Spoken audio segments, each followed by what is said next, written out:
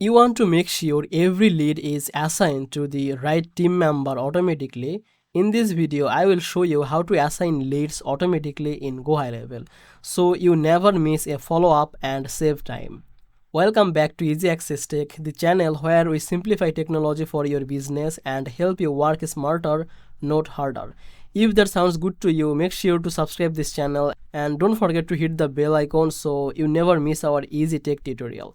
And obviously check the link from the description below for the exclusive 30 days free trial link of the GoHighLevel and the live bootcamp access and some exclusive bonuses. So to grab the offer, just check the link from the description and let's get back to the video. Now, to create a automation in assign team member for a lead, you need to just head over to your GoHighLevel dashboard or account by logging in.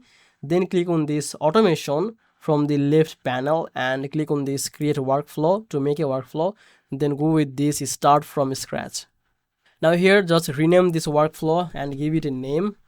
Okay, then click on this add trigger here and just set here like who is the client or who is the lead for you. Let's say you can set it as the order form submission or the form submission or the appointment booking. So for example, I'm going with this form submitted, like who the people will submit the form, like sign up form, they will be assigned to a new team member of our company or our agency. So just click on this add filter and here the form is specifically just select the form like this one. This is our welcome form.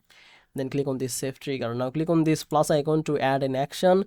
Now here just search for the assign to user or ASSI. Okay, so this one assign to user, assign a people of your team member. So I have only one team member, so it's showing this.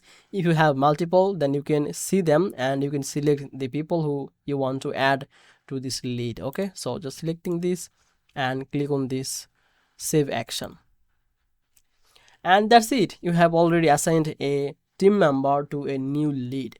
So that's it basically. This is how you can do that. If you found this video helpful, make sure to like this video and subscribe this channel. I will see you in the next video. Bye bye.